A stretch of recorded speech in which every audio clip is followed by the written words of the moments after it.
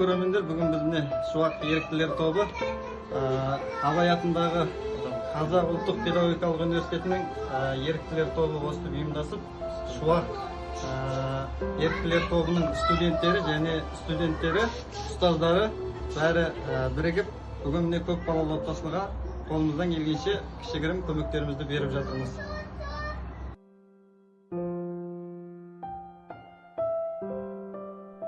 Сіздердің отбасыларыңызға Абай атындағы Қазақ ұлттық педагогикалық университеті Шуақ қорының атынан сіздерге Рамазан айында құттықтай отырып, азық-түлікпен қамтамасыз еттік. Аз болса да, ол біздің шын жүрегіміздегі көңіліміз.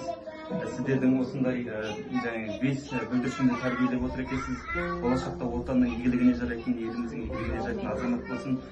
Бұйырса әлде қолымыздан келсе, әлде көмектесеміз. Ассалаумағалейкум, құрметті бауырлар.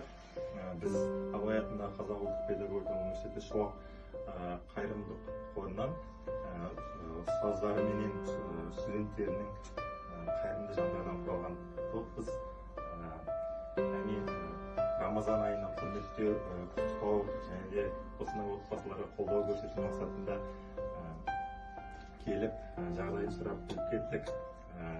Алла Тағала осы кісінің үлкен ұл-қыздарын үлкен азаматша болып, халқына қалаулы, еліне елеулі азаматшылар болып өсуіміз шын тілектеспіз.